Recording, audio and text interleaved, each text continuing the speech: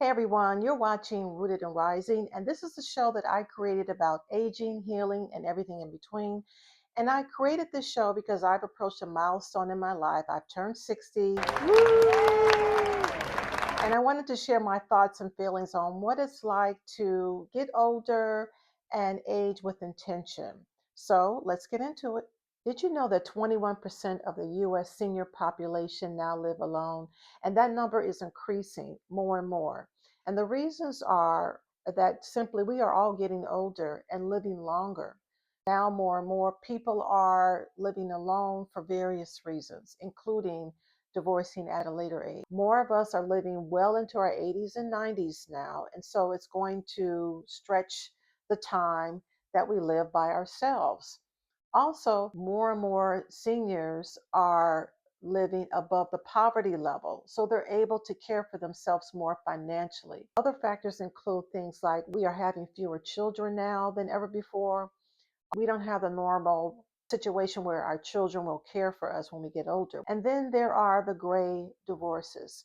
And gray divorces are people over the age of 50 that are now getting divorced, living longer and living alone. Also, we know that there are lower marriage rates, so you're getting married less and less. But here's the surprising part is that people that live alone are shown to be happier, healthier, well connected. They do well financially for themselves, and they just feel like they're just more capable. And that is because they feel like they have to do it. They are more sharper, cognitively speaking. They are able to take care of themselves financially, and they are well connected into the community.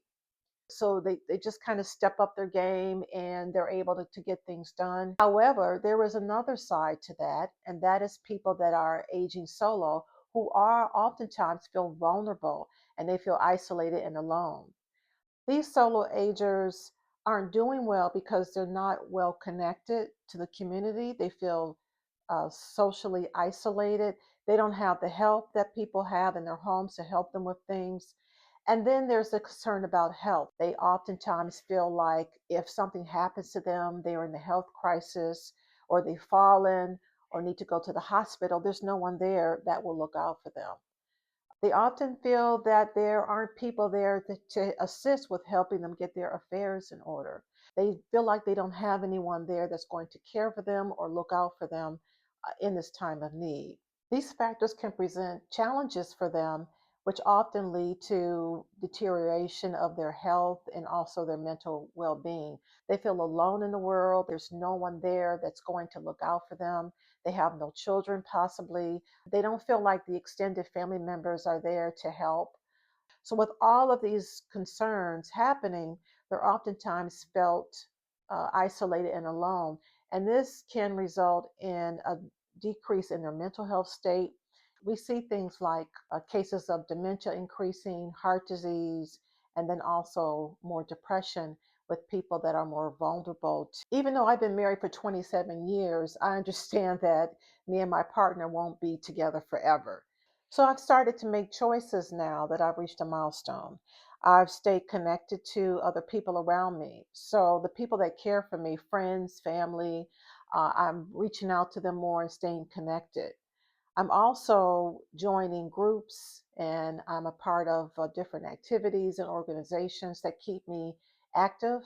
I really try to be conscientious about taking care of myself physically and mentally, getting enough sleep and rest so that I just feel pretty good about where I am. I also have joined activities and groups that I spend time with. I'm in a walking group. I'm also in a book club, volunteer, and in addition to that, I am still working. So when I decide that I don't want to work any longer, then I may shift to part time or shift to maybe incorporating some other types of skills. And I just try to keep myself current on learning a new skill. Right now, I'm learning how to speak Spanish, which is rough, but I am doing that. And I just try to keep things well rounded and balanced. So I think this is going to give me a strong foundation to stay active, engaged, and socially connected. Are you thinking about what it's going to be like for you as you get older and and have to live maybe by yourself, well, I'm going to offer you 3 practical tips that you must do that will help you age healthier and create a better foundation for you as you think about aging as a solo ager. So, here are 3 practical tips to live by if you too are thinking about what life would be like as a person who is aging solo. One is to take care of your finances. And that means just setting a basic budget for yourself every month and follow that budget. Make sure that your expenses don't outweigh your income. That's going to go a long way with planning for things like long term care.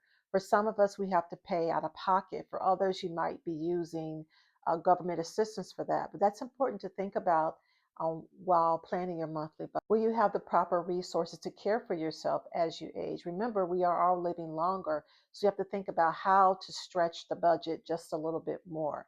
This is going to go a long way with long term planning. And if you need assistance and don't have somebody that you trust, then seek out a financial planner or someone that could give you some advice that maybe you can pay hourly to do that. So, tip 2 is to get your legal affairs in order. So, designate a healthcare proxy. This is going to be a person that you trust to navigate through any healthcare issues that you have. They're going to be the one that will be speaking on your behalf if in the event you're no longer to talk about your own health. This person is somebody that you trust, so it could be a family member, a close friend, it could be somebody that's a neighbor that you trust, anybody that you feel that you can trust with your health care and that's able to speak to you as if it's you talking. Also, think about setting up someone to be your power of attorney. This could also be the same person as your healthcare proxy, but the power of attorney is going to be handling all of your legal affairs. So, this person will probably have access to your bank accounts, your passcodes, and I know that's scary, but you want to make sure that you have somebody you can trust, somebody that you can count on that will take care of all of those affairs. They would know how you want your financial arrangements set up, how you want things divvied out and organized, and they're going to respect the wishes that you have set out for them. What you don't want to do is to have a court appointed person to handle those affairs. That could be a disaster. So you definitely want somebody that you know and trust that will be able to speak on your behalf, handle your financial and legal affairs for you. And my third tip is to just build on your social connections. So really think about what life might be as a solo ager.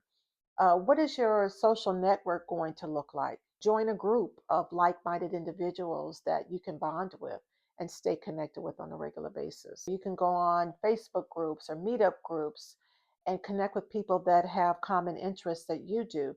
There's things for seniors. AARP has a whole list of things that you can look at. Also, think about maybe volunteering your time.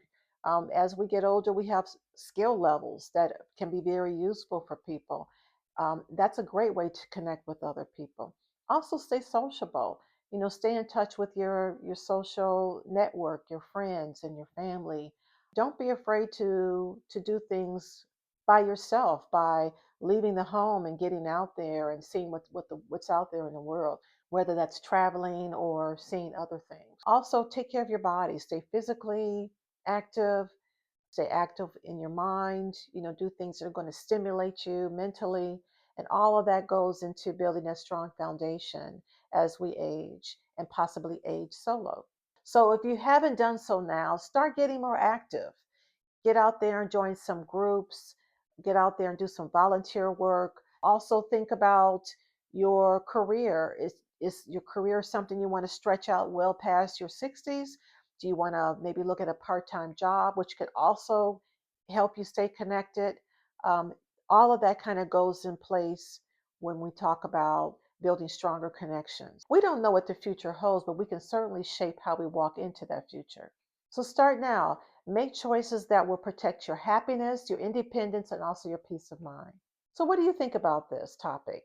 Are you thinking more about what life will be like as you age, and if you're going to be aging solo and living by yourself as you age?